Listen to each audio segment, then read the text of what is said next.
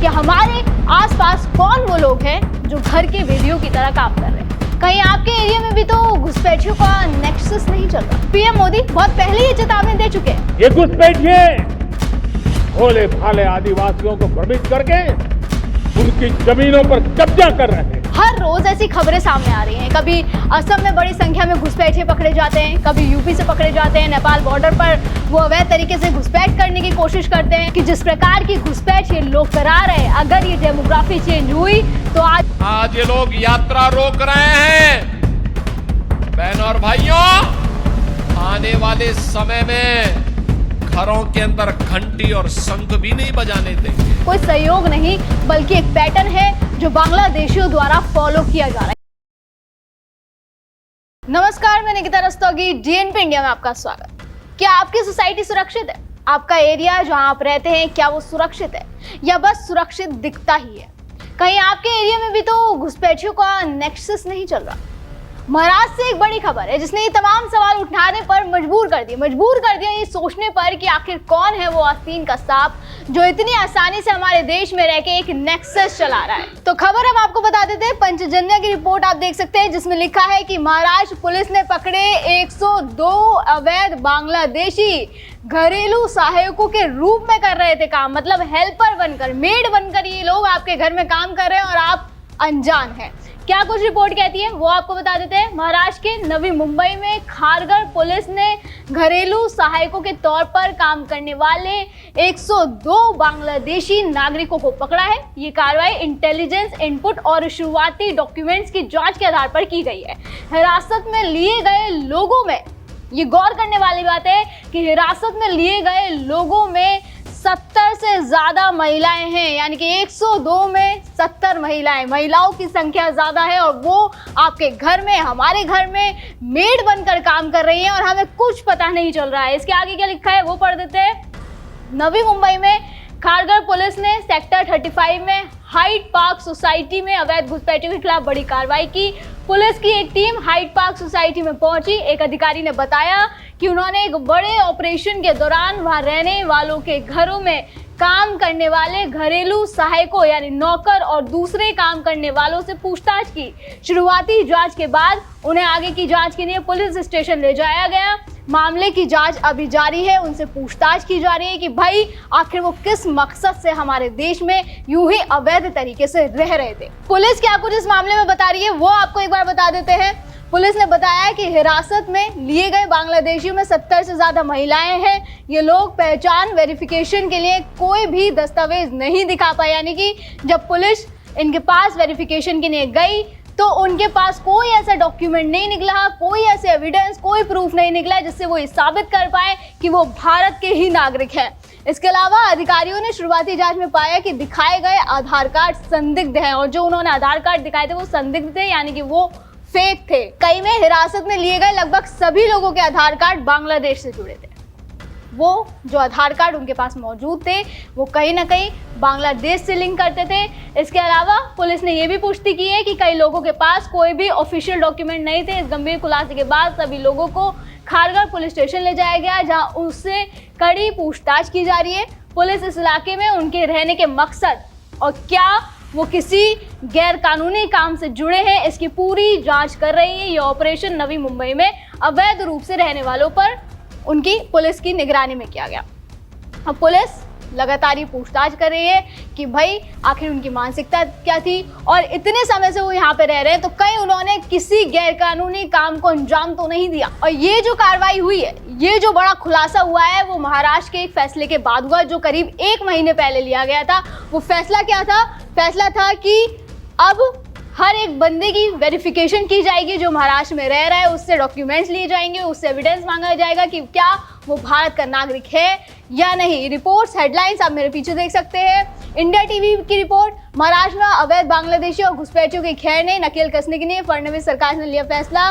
बांग्लादेशी घुसपैठियों पर लगेगी लगाम, फडणवीस ने उठाया बड़ा कदम। क्या कदम था वो आपको बता देते हैं। महाराष्ट्र में प्रवेश करने वाले बांग्लादेशी घुसपैठियों पर लगाम लगाने के लिए सरकार ने बड़ा कदम उठाया।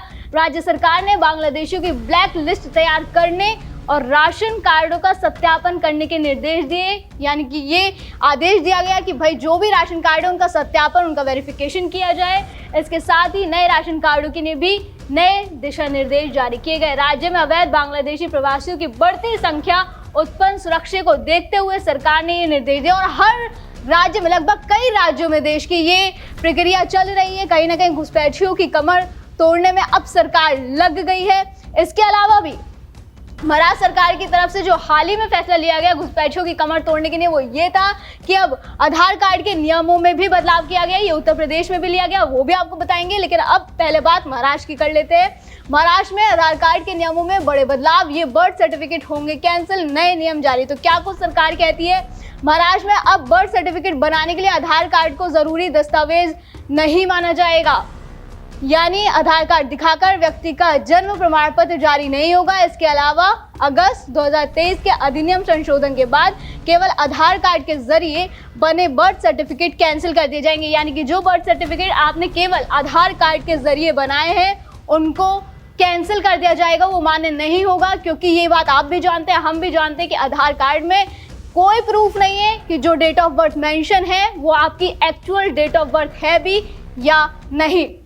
ये जो आदेश है ये सरकार की तरफ से जारी किया गया था। देखिए, जिस तरीके से हम असम की बात करते हैं कि असम में घुसपैठियों की एक बड़ी समस्या है, उसी तरीके से महाराष्ट्र में भी एक बड़ी समस्या है।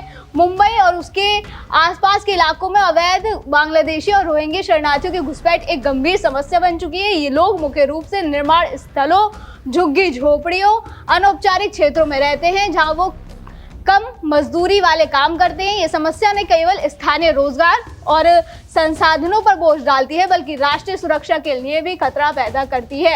हाल के सालों में केंद्र और राज्य सरकार की सख्ती से डिपोर्टेशन बढ़ा है और इस समस्या के समूल नाश के लिए तेजी से काम हो रहा है। और यही वजह है कि महाराष्ट्र सरकार की तरफ से भी घुसपैठियों को लेकर बैक टू बैक बड़े फैसले लिए जा रहे हैं। अब ये जो सरकार ने आधार कार्ड वाला फैसला लिया गया है उसमें क्या क्या शर्तें वो आपको बता देते हैं। किस बुनियाद पर रद्द होंगे आपके प्रमाण पत्र? तो पहला ये है कि केवल आधार कार्ड के आधार पर जारी हुए जन्म प्रमाण पत्र अब रद्द कर दिए जाएंगे। यानी कि अगर आधार कार्ड के बेस पर ही आपका जो है बर्थ सर्टिफिकेट बना है तो वो रद्द कर दिया जाएगा। इसके अलावा जन्म तिथि में किसी भी प्रकार की विसंगति मिलने पर सीधा पुलिस में शिकायत दर्ज की जाएगी। अगर आपकी डेट ऑफ बर्थ में कुछ भी तरीके की गड़बड़ी मिली तो सीधा अब आपकी शिकायत पुलिस से की जाएगी। फर्जी प्रमाण पत्र को लेकर फरार होने वाले लाभार्थियों को फरार आरोपी घोषित भी किया जाएगा। इसके अलावा संभाजीनगर, अमरावती, लातूर सहित 14 स्थानों पर विशेष जांच अभियान ये शुरू कर दिया गया है। यानी महाराष्ट्र के 14 ऐसे स्थान हैं जिन पर यह अभियान तेजी से काम कर रहा है। इसके अलावा हमने कहा था कि उत्तर प्रदेश में भी यही बड़ा फैसला लिया गया है। बीते दिनों से चर्चा थी इस बात की, वो भी आपको बता देते हैं कि उत्तर प्रदेश सरकार का क्या फैसला है। आधार कार्ड अब जन्म तिथि का प्रूफ नहीं होगा, सेम वही फैसला है। एसआईआर अपडेशन के बीच यूपी सरकार का बड़ा फैसला। क्या कुछ यूपी सरकार का फैसला है? उत्तर प्रदेश सरकार ने आधार कार्ड को लेकर एक बहुत बड़ा फैसला लिया है। जानकारी बेहद अहम है क्योंकि मामला सीधे आपसे जुड़ा हुआ है। यूपी सरकार ने साफ आदेश जारी कर दिया है कि अब आधार कार्ड जन्म यानी बर्थ सर्टिफिकेट या जन्म तिथि के सबूत के तौर पर मान्य नहीं होगा। योजना विभाग के विशेष सचिव अमित सिंह बंसल ने इसको लेकर सभी विभागों को निर्देश जारी कर दिए हैं।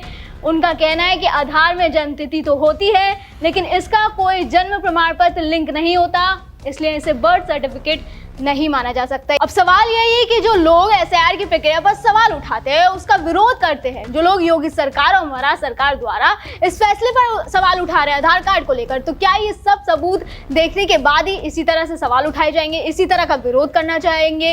हर रोज ऐसी खबरें सामने आ रही हैं। कभी असम में बड़ी संख्या में घुसपैठिए पकड़े जाते हैं, कभी यूपी से पकड़े जाते हैं, नेपाल बॉर्डर पर वो अवैध तरीके से घुसपैठ करने की कोशिश करते हैं। लेकिन घुसपैठ और घुसपैठियों को लेकर बीजेपी सरकार की नीति साफ है, उन पर 3D पॉलिसी अपनाई ही जाएगी, मतलब डिटेक्ट, डिलीट और डिपोर्ट। यही वजह है कि चाहे वो उत्तर प्रदेश के मुख्यमंत्री योगी आदित्यनाथ हो, असम के मुख्यमंत्री हिमंता बिस्वा शर्मा हो या फिर महाराष्ट्र के सीएम देवेंद्र फडणवीस, सभी घुसपैठियों की कमर तोड़ने में फिलहाल लगे हुए हैं। देश के कई राज्यों में युद्ध स्तर पर एक्शन हो रहा है और नतीजा आप देख ही रहे हैं कि किस तरीके से बिना किसी लीगल प्रूफ के बांग्लादेश से आए लोग हमारे देश में रह रहे हैं और आपके हमारे घरों में काम भी कर रहे हैं।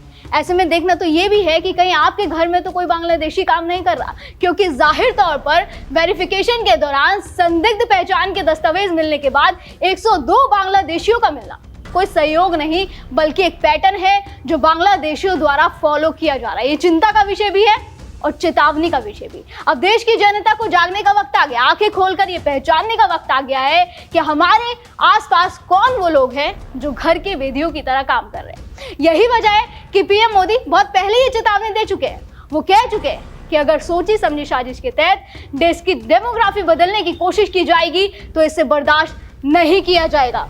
उन्होंने लाल किले की प्राचीर से ये बात कही थी, 15 अगस्त के दिन ये बात कही थी। उन्होंने कहा था कि हम इसे बर्दाश्त नहीं करेंगे। सोची समझी साजिश के तहत देश की डेमोग्राफी बदलने की कोशिश की जा रही है। घुसपैठिए हमारे देश के नौजवानों को रोजी रोटी छीन रहे हैं, बहन बेटियों को निशाना बना रहे हैं। हम अपना देश घुसपैठियों के हवाले नहीं कर सकते। सुनिए क्या कह रहे हैं पीएम मोदी। मेरे प्यारे देशवासियों, मैं आज देश के सामने एक चिंता, एक चुनौती के संबंध में आगाह करना चाहता हूं।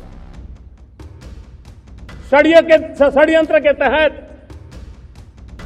सोची समझी साजिश के तहत देश की डेमोग्राफी को बदला जा रहा है। एक नए संकट के बीज बोए जा रहे हैं और ये घुसपैठिए मेरे देश के नौजवानों की रोजी रोटी छीन रहे हैं। एक घुसपैठिए मेरे देश की बहन बेटियों को निशाना बना रहे हैं। ये बर्दाश्त नहीं होगा। ये घुसपैठिए भोले भाले आदिवासियों को भ्रमित करके उनकी जमीनों पर कब्जा कर रहे हैं।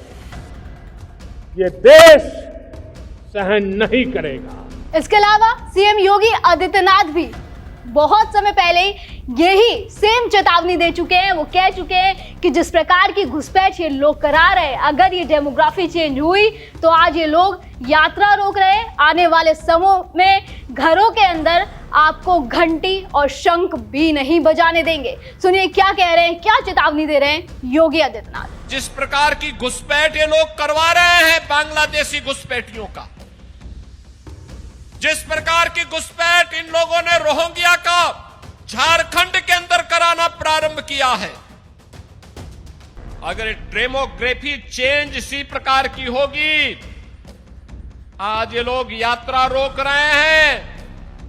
बहनों और भाइयों, आने वाले समय में घरों के अंदर घंटी और शंख भी नहीं बजाने देंगे। और इसलिए आवश्यकता है, आपसे कहने के लिए आए हैं, भाजपा को लाइए, एक रहिए और नेक रहिए।